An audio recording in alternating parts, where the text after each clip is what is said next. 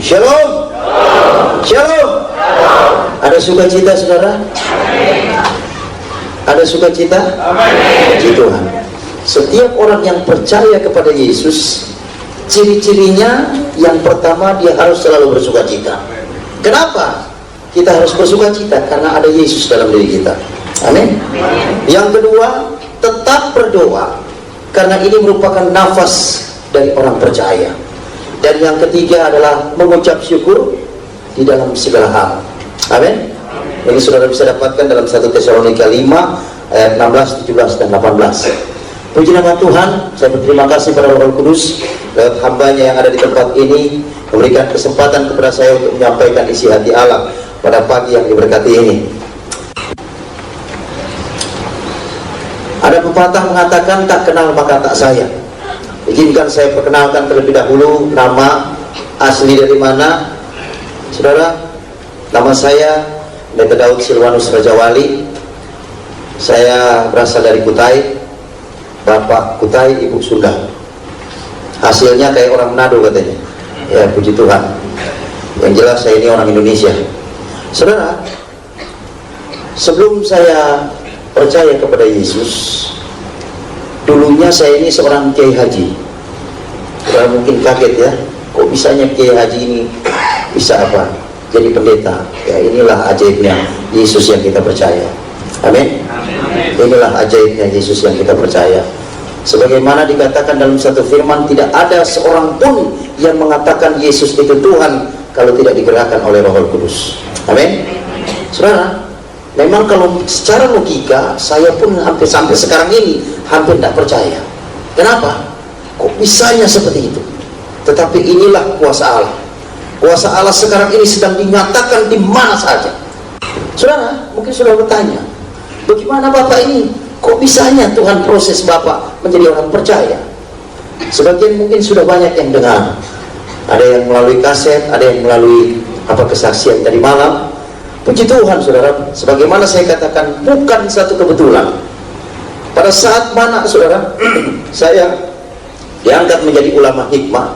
Saudara, di dalam Islam ini ada beberapa ulama ya, ada beberapa kiai. Ada kiai hikmah, ada kiai dakwah, ada kiai Quran, ada kiai tafsir, ada kiai wafat, macam-macam saudara. Ada berbagai macam kiai. Tapi untuk saya pribadi adalah kiai hikmah. Mungkin saudara bertanya, kiai hikmah ini apa? Kiai hikmah ini kalau saudara tahu, kalau umpamanya saudara pernah mendengar apa yang dinamanya dunia spiritisme, okultisme, dunia gaib, kemudian dunia jin, saudara perlu saudara ketahui yang membidangi itu adalah kiai hikmah. Kalau saudara juga melihat bagaimana orang dibacok tidak mempan, kemudian ditembak tidak mempan, udah bagaimana cara seperti mereka lakukan kepada beberapa dia demonstrasikan kepada orang-orang, saudara, itu banyakkan kiai hikmah yang menangani. Dan saudara, saya dinobatkan menjadi kiai hikmah ini sejak umur 15 tahun. Dan saudara, sejak saya umur 15 tahun dinobatkan menjadi kiai hikmah ini, saya memelihara kurang lebih 5.000 jin. Kemudian di samping itu saya mempunyai amalan. Amalan ini tidak tanggung-tanggung, yang menyangkut hidup saya juga. Sebelum umur 40 tahun kami tidak boleh menikah lebih dulu. Kemudian di samping itu ada berbagai disiplin. Setiap tahunnya kami harus sisihkan waktu kami 4 bulan untuk semedi. Dan saudara, kebiasaan saya melakukan semedi ini kalau tidak di Mekah, di masjid-masjid tua, atau tidak di makam-makam wali. Tapi entah kenapa tahun 1996 saya digerakkan hati saya untuk bertirakat di satu masjid terbesar di Asia Tenggara. Adapun masjid itu adalah Masjid Istiqlal di Jakarta. Dan saya menempati di lantai 2. Saudara, baru berjalan waktu itu 2 bulan saya lakukan tirakat ini, saya jalankan seperti ini. Tiba-tiba saudara, ada seorang satpam yang datang kepada saya dan mengemukakan masalahnya. Dia kata, Pak Kiai, saya mau minta bantuan sama Bapak. Bantuan apa? Saya bilang, saya ini sedang tirakat. Saya bilang, sebenarnya tidak bisa diganggu. Tapi dia bilang, ini penting sekali, ini masalah masjid. Oh baik. Dia bilang, apa itu masalah? Ada selama 2 minggu saya ini sekarang ini menjadi bulan-bulanan dari seorang anak muda yang berilmu sakti. Beliau ada di lantai bawah. Terus saya bilang, kenapa? Kami dari pimpinan kami ditugaskan setiap waktu-waktu sholat kami harus bertebaran di masjid ini. Kami harus bangunkan orang-orang yang tidur, orang yang duduk-duduk, untuk mereka berkumpul di lantai 2 ini untuk melakukan sholat berjemaah. Tetapi pada waktu saya mau membangunkan seorang anak muda yang sedang tidur, dalam jarak 2 meter saya dekati anak muda ini, saya sudah tidak bisa dekati dia lagi. Bahkan saya paksakan dengan ilmu saya untuk bisa membangunkan anak muda ini, malah saya terlempar jauh. Dan ini sudah berlangsung kurang lebih 2 minggu. Sehingga kesimpulannya saya merasa bahwa saya ini disepelekan tugas saya. Terus saya rasa karena Bapak seorang kiai hikmah, saya yakin bahwa anak muda ini bisa ditaklukkan oleh Bapak. Saya bilang sebenarnya sederhana kalau menghadapi orang sakti. Kamu dekati orang sakti itu dengan kamu tidak memakai ilmu kamu, karena ilmu kamu masih di bawah dia. Jadi kamu dekati dia tanpa memakai dengan ilmu kamu. Oh begitu. Jadi sekarang ini kamu pergi ke lantai bawah, di lantai 1, kemudian kamu bangunkan anak muda itu, dan apabila dia sudah bangun, cepat suruh dia menghadap saya. Oh baik Pak, dia lakukan. Pada waktu dia turun ke bawah, kemudian dia lakukan apa yang saya suruh, dan ternyata benar. Pada waktu dia dekati, kemudian dia bangunkan, ternyata terbangun anak muda itu. Dengan mudah dia dekati. Dan pada waktu dia bangun, karena selama 2 minggu dia lakukan itu tidak berhasil, dan baru hari itu dia berhasil, dia sempat terkejut. Pada waktu dia bangunkan, anak muda ini langsung tanya, kenapa kamu bangunkan saya? Langsung satpam ini katakan, ada seorang kiai di lantai 2 mau bertemu dengan adik, mari saya antarkan adik ke lantai 2. Tanpa panjang omong lagi, anak muda langsung katakan, baik, antarkan saya ke lantai 2. Sampai di lantai 2, saudara, bertemulah dengan saya. Pada waktu bertemu, kebiasaan dari orang muslim ini kalau ketemu dengan kiai, saudara, yang pertama mereka lakukan adalah mereka pegang tangan kiai itu, mereka cium tangan kiai itu, kemudian mereka ucapkan assalamualaikum. Tetapi itu tidak dia lakukan kepada saya. Pada waktu dia sampai di depan saya, dengan santainya dia dekati saya, kemudian dia berjabat tangan dengan saya, kemudian dia katakan, halo Pak Kiai, apa kabar? Saudara, sejak saya dinobatkan menjadi kiai ini, belum pernah saya menghadapi orang menyapa saya seperti itu. Bahkan kadang-kadang ada orang Kristen yang datang kepada saya mengucapkan assalamualaikum juga. Tapi baru kali itu saya disapa seperti itu. Terpikir oleh saya, ini anak muda ini benar-benar menyepelekan saya. Dan saya mempunyai pemikiran mungkin karena ilmunya lebih tinggi dari saya. Jadi saya pikir, oh tidak jadi masalah. Pada waktu dia duduk, langsung saya tegur, anak muda, saya boleh tanya, siapa nama kamu? Anak muda ini langsung katakan, Pak Kiai, nama saya ini Alfian. Konon saya dengar dari seorang satpam yang ngantar kamu tadi. Saya bilang, kamu katanya memiliki ilmu yang sakti. Di luar dugaan, saudara. Apa jawab anak muda ini? Pak Kiai, bukan saya yang berilmu sakti, tetapi Yesus yang ada dalam diri saya yang memiliki kesaktian itu. Pada waktu dia ngomong Yesus, saudara, saya sempat terkejut. Apa kamu bilang Yesus? Saya bilang, ya. Bahkan kehidupan saya ini, Pak Kiai, bukan saya lagi, tetapi Yesus yang ada dalam diri saya. Lebih aneh lagi saya. Langsung saya pikir, kalau begitu kamu ini orang Nasrani. Betul. Dalam pikiran saya, anak muda ini mungkin datang ke masjid ini dalam rangka untuk dia ini mau masuk Islam. Kenapa? Tahun 96 itu, saudara bisa lihat keadaan Indonesia ini, ya, khususnya tanah di daerah Jawa ini, ada banyak gereja dihancurkan, ada banyak orang-orang percaya dikejar-kejar, ada banyak orang-orang percaya bahkan dibantai. Saya berpikir, oh mungkin dia mau masuk Islam. Ternyata tidak, saudara. Pada waktu saya tanyakan dia, Alfian, kamu ini seorang Nasrani, tapi kok kenapa kamu ini tinggal di dalam masjid? Bahkan kamu sudah 2 minggu ada di masjid ini. Dia katakan, saya senang di masjid ini, Pak Kiai, karena ini rumah Tuhan. Saya bilang, nggak salah kalau kamu katakan ini rumah Tuhan. Cuman sekarang saya mau tanyakan, kenapa kok kamu tidak bermitra dengan orang Kristen yang lain? Kamu tidak ke gereja, tidak bersekutu dengan orang-orang Kristen yang lain. Dengan tenang Alfian katakan, perlu Pak Kiai ketahui bahwa sekarang ini gereja sedang sakit.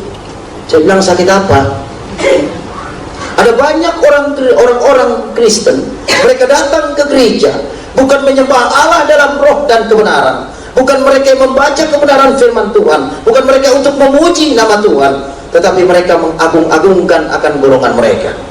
Mereka katakan, golongan kamilah yang benar, golongan kamilah yang akan ke surga, golongan Kristen kamilah yang akan masuk ke dalam kerajaan surga, sementara golongan Kristen yang lain itu tidak masuk dalam kerajaan surga. Padahal mereka itu adalah satu kesatuan tubuh Kristus. Mendengar seperti itu, langsung saya tanyakan lagi, bagaimana dengan kamu? Untuk saya pribadi, Pak, saya tidak perlu khawatir karena di dalam diri saya ada Yesus. Saudara, setiap kali dia ngomong selalu tidak pernah dia apa? Tidak pernah dia tidak selipkan Yesus. Sehingga membuat saya bertanya, saya pikir siapa ini Yesus ini? Langsung saya tanyakan kepada Alfian, Alfian, dari tadi kamu selalu mengalaskan Yesus, selalu Yesus. Sebenarnya Yesus itu siapa sih? Apa Alfian katakan? Bapak ingin dengarkan apa Yesus ini? Oh ya, saya bilang. Tidak tanggung-tanggung, dia saksikan Yesus itu dari jam 4 sore sampai jam 10 malam. Dia saksikan dengan begitu berapi-api mengenai Yesus ini. Herannya dari jam 4 sore sampai jam 10 malam itu, mulut saya ini terkatup hanya mendengarkan kesaksian dia. Dan saudara, setiap dia pekikan nama Yesus, ada kurang lebih 148 ilmu yang ada dalam diri saya, satu persatu hilang kuasanya. Pada waktu dia sudah jam 10 malam dia saksikan mengenai Yesus itu, sempat terhenti sejenak. Langsung saya angkat bicara, saya bilang, Alfian, tunggu sebentar. Kamu ini menyaksikan Yesus begitu berani, dan kamu menyaksikan Yesus ini bukan di gereja ini, saya bilang. Ini dalam masjid, saya bilang. Bagaimana bisa jadi kamu seberani ini? Dia bilang, inilah yang diinginkan oleh Yesus yang ada dalam diri saya. Saya harus saksikan Yesus itu kepada Bapa. Saat itu sempat saya agak sedikit marah, saudara, karena dia begitu tegas menunjuk kepada saya. Saya bilang, baik, kalau kamu katakan seperti itu, sekarang ini kamu akan saya tahan di tempat ini. Saya akan tes Yesus yang ada dalam diri kamu dengan satu catatan. Apabila Yesus yang ada dalam diri kamu kalah dengan ilmu saya, maka besok juga kamu harus ucapkan 2 kalimat syahadat dan kamu harus ikut sholat subuh berjemaah bersama saya di lantai 2 ini. Kamu siap terima tantangan saya? Alfian dengan tenang dia katakan, kalau itu yang diinginkan oleh Yesus yang ada dalam diri saya, maka saya akan terima tantangan Bapak di dalam nama Yesus. Hilang lagi ilmu satu. Saat seperti itu, saya sempat sadari bahwa di dalam nama Yesus ada kuasa. Saya sempat berpikir, luar biasa ini anak muda ini. Anak muda itu kurang lebih umurnya sekitar 25 tahun. Dia tahu persis bahwa Yesus ada di pihak dia. Dia tahu persis kapasitas Yesus yang dia percaya. Dan pada saat itu langsung saya bilang, baik, kalau kamu memang berani menerima tantangan saya, sekarang juga saya persilakan kamu untuk mempersiapkan diri. Ada mungkin ritual yang kamu harus lakukan untuk mempersiapkan dalam pertandingan ini, saya juga akan mempersiapkan diri. Saudara, pada waktu saya sementara mempersiapkan diri, kurang lebih hampir 2 jam saya persiapkan diri saya dengan berbagai ritual yang saya lakukan. Yang saya lihat, Alfian ini tenang-tenang saja, tidak ada satu reaksi apapun yang dia lakukan. Sepengetahuan saya, biasanya kalau orang Kristen mau persiapan, paling tidak berhubungan dengan Tuhan dengan berdoa. Kadang-kadang mungkin bertelut, kemudian lipat tangan, tutup mata. Tapi ini dia tidak lakukan sama sekali. Dia duduk dengan tenang, sehingga membuat saya penasaran. Saya langsung tinggalkan sejenak, saya punya persiapan. Saya dekati dia. Alfian, boleh saya tanya sebentar? Oh boleh Pak, silakan. Ini saya hampir 2 jam mempersiapkan diri, tapi yang saya lihat kok kamu tenang-tenang saja. Alfian dengan senyum dia katakan, Bapak ini mau lawan saya atau mau lawan Yesus yang ada dalam diri saya? Iya, saya bilang saya akan lawan Yesus yang ada dalam diri kamu, tapi paling tidak kamu harus ada persiapan. Dia bilang, kalau itu yang Bapak mau, maka saya persilakan biarlah Yesus yang berperang ganti saya, dan saya cukup diam saja. Belakangan saya tahu setelah saya jadi hamba Tuhan, ini firman Tuhan, saudara. Pada waktu dia katakan seperti itu, saya udah gak bisa ngomong, saudara. Saya bilang, oke, silahkan teruskan kamu punya apa persiapan, saya juga akan rampungkan. Sempat terpikir oleh saya, beberapa kali dia pekikan nama Yesus, ilmu saya hilang satu persatu. Saya bilang, ini perlu bantuan, saya bilang. Saat itu langsung saya panggil jin yang saya pelihara. Saat itu saya bilang, jin, sini dulu. Saya melawak, saya mendapat satu musuh yang tidak tanggung-tanggung, masih muda. Yang herannya setiap dia pekikan nama Yesus, ilmu saya hilang satu persatu. Bahkan entah berapa ilmu yang sudah hilang. Dan saudara perlu ketahui, untuk mendapatkan ilmu ini bukan gampang, saudara. Satu ilmu saja taruhannya hampir mati dan hidup. Kadang harus dikubur 3 hari 3 malam dengan hanya selang apa ke atas, satu selang ke atas, saudara, di mulut. Kadang kita harus berendam di air selama 1 minggu. Itu kalau fisiknya tidak kuat, salah-salah bisa gila. Tapi herannya, saudara, ilmu yang sudah begitu susah saya dapatkan hanya dalam nama Yesus. Takluk. Saudara bisa bayangkan bagaimana kuasa nama Yesus ini. Dan saat itu langsung saya bilang, bagaimana saya harus hadapi dia. Ternyata jin ini sudah mengantisipasi selama 2 minggu kedatangan dari Alfian ini. Dia katakan, Pak Kiai, waktu dia datang ke masjid ini, kedatangannya saja tidak diketahui, tiba-tiba sudah ada di tempat ini. Lebih herannya lagi, seorang satpam yang mau dengan tulus mau membangunkan dia sholat, dalam jarak 2 meter sudah terlempar, itu dia dalam keadaan tidur. Kami pikirkan kalau umpamanya dia melek lebih parah lagi nanti. Lalu bagaimana saya bilang harus hadapi dia? Apa dia katakan? Waktu itu Bapak tidak memberikan mandat kepada kami, tapi kalau Bapak memberikan mandat kepada kami untuk menghancurkan Yesus yang ada dalam diri Alfian ini, terlalu kecil, karena kami armadanya kurang lebih 5.000. Oh baik, sekarang ini saya andalkan kamu, karena selama ini saya andalkan kamu, tidak pernah saya kecewa. Maka sekarang ini saya andalkan kamu. Apa syarat? Syaratnya adalah Bapak harus tidur dan anak muda itu harus tidur, dan kami akan lawan Yesus yang ada dalam dirinya. Oh begitu? Baik. Saya langsung pergi ke anak muda ini, kemudian saya bilang, Alfian, ada aturan main dalam pertandingan ini. Kamu harus tidur dan saya juga harus tidur, dan Yesus yang ada dalam diri kamu akan berperang dengan ilmu saya. Kamu siap menerima ini apa namanya aturan main ini? Dengan tenang dia katakan, kalau itu yang Yesus inginkan dalam pertandingan ini, maka saya terima dalam nama Yesus. Hilang lagi saat itu, saudara. Saat itu saya benar-benar sedikit gentar, saudara. Karena apa? Saya melihat ada kuasa di dalam nama Yesus ini. Tapi saat itu saya tidak hiraukan, karena saya tahu persis ada backing saya. Saat itu langsung saya bilang, baik Alfian, sekarang ini kita akan mulai tepat jam 12 malam. Saat itu saya berikan tempat dia, kemudian saya juga tidak berapa jauh, kami bersama berdampingan saat itu tidurnya. Sebelum dia tidur, dia minta satu syarat. Pak, saya minta satu syarat. Kalau Bapak banyak syarat, saya satu syarat aja. Apa itu? Saya bilang, apabila Yesus yang ada dalam diri saya menang atas ilmu Bapak, maka besok juga Bapak harus mengenal Yesus secara pribadi. Siapa? Saya sempat bingung, saudara. Ini ilmu sudah hilang. Saya pikir-pikir, ini kalau umpamanya saya bilang iya, repot juga kalau nggak ada backing. Tapi saya ingat backing saya. Baik, saya bilang saya akan terima. Ada keberanian setelah saya punya backing. Kenapa, saudara? Di saat itu kami tidur. Jam 2.30, di antara setengah sadar dan setengah bermimpi, saya menyanyikan satu lagu. Saudara, yang namanya Kiai Hikmah ini banyak aturannya.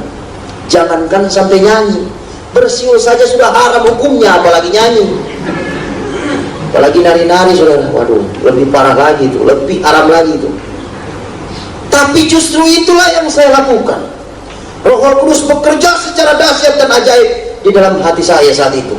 Kemudian dia wujudkan lewat pujian. Saat itu saya menyanyikan satu lagu. Lagu itu belum pernah saya dengar, saudara. Yang namanya kenal dengan orang Kristen aja termasuk tabu. Malah saya nyanyikan satu lagu. Lagu ini mungkin bagi saudara biasa, tapi bagi saya lagu ini luar biasa. Lagunya adalah Allah kuasa melakukan segala perkara. Saya nyanyikan lagu itu dari awal sampai akhir tanpa salah. Dan saya rasakan ada roh damai sejahtera merasuk dalam diri saya. Pada waktu roh damai sejahtera itu masuk dalam diri saya, langsung saya terkejut. Pada waktu saya terkejut, langsung saya ucapkan, astagfirullahaladzim, ada apa dalam diri saya ini? Kok bisanya saya nyanyi? Dan saat itu saya ambil mantra-mantra saya untuk saya keluarkan roh damai sejahtera itu. Karena roh damai sejahtera yang masuk dalam diri saya itu termasuk asing. Karena untuk orang-orang yang memiliki ilmu-ilmu kanuragan, jarang sekali ada damai sejahtera. Yang ada selalu waspada. Mau apa? Jangan-jangan ada musuh. Jadi saat itu saya bergumul untuk mengeluarkan roh damai sejahtera itu. Tapi dengan berbagai mantra yang saya lakukan tetap tidak keluar. Di saat saya bergumul, Alfian yang ada di samping saya ini terbangun, rupanya terusik. Pada waktu dia terbangun, dia lihat dengan tajam mata saya. Dan dia tersenyum. Langsung dia ulurkan tangannya. Dia bilang, Pak, selamat Pak. Saya bilang, kenapa kamu katakan selamat kepada saya? Ternyata Yesus yang ada dalam diri saya ada juga dalam diri Bapak. Bagaimana bisa jadi kamu katakan itu saja? Tadi waktu saya tidur, saya sayup mendengar Bapak menyanyi. Saya tahu persis lagu yang Bapak nyanyikan itu lagu yang biasa dinyanyikan oleh orang-orang pengikut Yesus. Saya bilang, iya, kenapa gitu ya? Inilah ajaibnya Yesus yang ada dalam diri saya. Saat itu saya sempat sadari, saya ini Kiai Haji, saya bilang, bagaimana bisa jadi saya ada Yesus, saya bilang, di dalam diri saya. Alfian, saya belum kalah. Itu dengan tegas saya katakan, saya belum kalah. Alfian katakan, saya belum katakan Bapak kalah. Bahkan tidak pernah saya katakan Bapak itu kalah. Tapi yang saya katakan, Yesus sudah ada dalam diri Bapak. Herannya lagi, saudara, jin yang siap membantu saya, yang siap menghancurkan Yesus yang ada dalam diri Alfian ini, sampai sekarang ini nggak tahu kemana, saudara. Dipanggil sudah tidak pernah datang, wujudnya tidak pernah saya lihat, suaranya pun tidak pernah saya dengar lagi. Ternyata apabila terang itu datang, gelap itu akan pergi.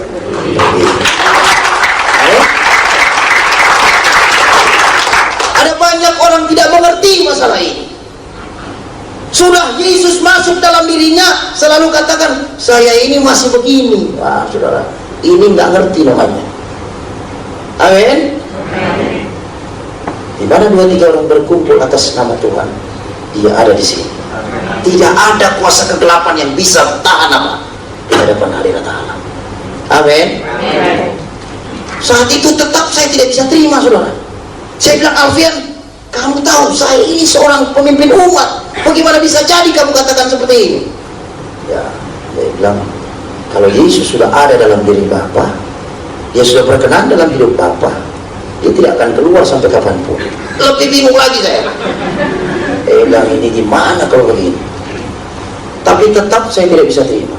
Di saat mana setiap kali saya bergumul terus untuk mengeluarkan roh damai sejahtera itu, tepat jam 4.30, setengah 5, azan subuh berkumandang. Saya bilang, Alfian, saya langsung potong cerita saya. Alfian, sekarang ini udah sholat subuh, saya harus pimpin sholat subuh di tempat ini.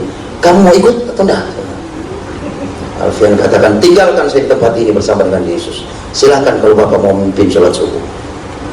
Saat itu langsung saya bergegas meninggalkan dia dan saya memimpin sholat subuh. Karena mujizat pertama saya abaikan, mujizat kedua Tuhan kerjakan. Tidak tanggung-tanggung ini, saudara. Pada waktu saya memimpin sholat subuh, kebiasaan kami di akhir dari sholat subuh, di akhir dari setiap sholat itu kami mengucapkan 2 kalimat syahadat. Dan sejak saya waktu kecil sampai saya umur 34 waktu itu, yang namanya mengucapkan 2 kalimat syahadat itu belum pernah salah, saudara. Tapi tanggal 10 Oktober tahun 1996 jam 5.30, setengah 6, saya ucapkan syahadat ini yang lain daripada lain, saudara. Syahadat yang luar biasa. Yang saya ucapkan seperti ini: asyhadu alla ilaha illallah wa Isa ruhullah. Aku bersaksi bahwa tidak Tuhan selain Allah. Isa adalah rohnya Allah. Saya bilang, ini salah. Saya langsung apa? Saya ulangi lagi. 2 kali tetap seperti itu, 3 kali tetap seperti itu, sampai 7 kali tetap seperti itu. Saya bilang, bagaimana bisa jadi seperti ini? Saya ulangi sekali lagi, tetap seperti itu, sampai jemaat yang di belakang sudah mulai bingung. Ini imam kok amin amin? Karena lisan itu, saudara, kami ucapkan secara perlahan, tidak terdengar dengan orang di belakangnya. Jadi hanya kami dengan Tuhan yang tahu. Saat itu saya bergumul terus, kenapa? Saya harus perbaiki syahadat itu. Karena apa? Apabila syahadat itu tidak benar, maka sholat itu tidak sah. Jadi saya tetap bergumul untuk apa? Memperbaiki syahadat itu. Tapi tetap seperti itu. Baru saya ingat, apa kata Alfian? Bahwa di dalam diri saya sudah ada Yesus. Entah bagaimana, saudara, pikiran saya itu langsung dijamah Tuhan. Saat itu langsung saya pasrah, dan saya ucapkan di pengimalan itu, Yesus atau Isa Al-Masih, apabila Engkau Tuhan dan Allahku yang harus aku sembah mulai saat ini, dan mulai saat ini aku ikrarkan di hadapanmu bahwa Engkaulah juru selamat pribadiku. Di saat mana saya lakukan itu, saudara, ada sukacita besar yang masuk dalam diri saya. Saya rasa begitu luar biasa saat itu. Saya sukacita, ada damai sejahtera, karena saya sudah izinkan itu masuk dalam diri saya. Dan apa, saudara? Saya saking sukacitanya, saya udah lupa mau mengulangi lagi. Langsung saya ucapkan salam kiri kanan, berjabat tangan dengan jemaat, langsung saya bergegas menemui Alfian. Saking sukacitanya, pikir saya Alfian ini sudah pergi. Ternyata masih ada di tempat itu. Pada waktu dia ada di tempat itu, saya langsung rangkul dia. Kemudian saya bilang, Alfian, ternyata Yesus yang kamu sebut-sebut dari kemarin sore, jam 4 sore itu sampai jam 3 tadi pagi, ternyata dia itu Allah sendiri. Apa kata Alfian? Dari kemarin juga saya bilang itu. Kenapa Bapak tidak percaya? Saya bilang, inilah waktu Tuhan untuk saya, Alfian. Inilah waktu Tuhan untuk saya. Tapi ikutilah jejak Yesus. Apa yang Yesus lakukan, itu yang Bapak kerjakan. Apa yang Yesus tidak lakukan, jangan Bapak kerjakan. Hanya itu. Hanya itu, ya. Tepat jam 7 pagi, saat itu Alfian mohon pamit. Dia katakan, Pak, sekarang ini semuanya sudah selesai. Ya, saya bilang sudah selesai. Saya sekarang ini mohon pamit. Saat itu langsung saya antarkan dia ke gerbang. Dan herannya, saudara, sejak jam 4 sore sampai jam 7 pagi itu tidak terpikir oleh saya tanya dia alamatnya di mana, asli dari mana, orang tuanya di mana, keluarganya di mana. Tidak pernah saya tanya. Yang terngiang-ngiang dalam pikiran saya itu adalah kesaksian dia mengenai Yesus. Dan pada waktu dia mau berpisah, dia sempat pegang erat-erat tangan saya. Dia bilang, Pak Kiai, selamat berjalan bersama dengan Yesus. Pandang Yesus, jangan pandang manusia, sampai kita bertemu di kerajaan surga. Mulai saat itu Alfian itu entah kemana. 3 tahun saya mengenyam pendidikan sekolah tinggi teologi, dan saya mendapat predikat yang terbaik. Di saat mana saya menggenggam akan ijazah yang sudah diberikan, saya langsung masuk ke kamar. Saat itu saya menangis dan saya berdoa, Tuhan, siapa Alfian itu? Aku bertanya sekarang juga. Dia telah perkenalkan aku dengan Engkau, dan sekarang ini Engkau telah memilih aku menjadi hamba-Mu. Sekarang ini aku bertanya kepadamu, siapa Alfian itu? Dan apa, saudara? Jawab Tuhan lewat doa. Daud, aku kirimkan malaikatku untuk menyelamatkan jiwamu dari api neraka. Saudara, untuk seorang yang banyak melukai hati Tuhan, ternyata jiwanya masih berharga di mata Tuhan. Tapi untuk mengenal Yesus ini bukan berarti tanpa harga, saudara. Ada harga besar yang harus saya bayar. Saya harus diusir dari umat yang saya pimpin. Saya harus apa? Melepaskan semua atribut dunia saya. Saya harus lepas dengan kawan saya yang paling akrab, yaitu jin. Ya, itu saya punya kawan akrab sudah sejak saya umur 15 tahun. Lebih parahnya lagi, orang tua yang justru mengandung saya dan melahirkan saya tidak mengakui lagi saya sebagai anak. Pahit, saudara. Tetapi puji Tuhan, Yesus katakan dalam Matius pasal 11, saat itu saya dapat firman ini yang pertama. Dikatakan, marilah kepadaku semua yang letih lesu dan berbeban berat, aku akan memberikan kelegaan kepadamu. Pikulah kuk yang kupasang dan belajarlah kepadaku, karena aku lemah lembut dan rendah hati, dan jiwamu akan mendapat ketenangan. Sebab kuk yang kupasang itu enak dan bebanku pun ringan. Saudara, pada saat saya dapat firman ini, saya dapat penghiburan. Tidak tanggung-tanggung saya sempat dapat kutukan dari umat yang saya pimpin. Ini yang namanya kiai kiai murtad yang siap hidup melarat seumur hidup. Saudara, kutukan ini tidak tanggung-tanggung. Tapi puji Tuhan, murtadnya saya ini malah kenal Yesus, saudara. Yang bukan membuat saya ini semakin melarat, saudara, semakin melarat seumur hidup, malah tetap naik, bukan turun. Jadi kepala, bukan jadi ekor. Ini indahnya kita bertemu dengan Yesus. Ada banyak sekarang ini tawaran keselamatan, tetapi keselamatan yang hakiki hanya ada pada Yesus.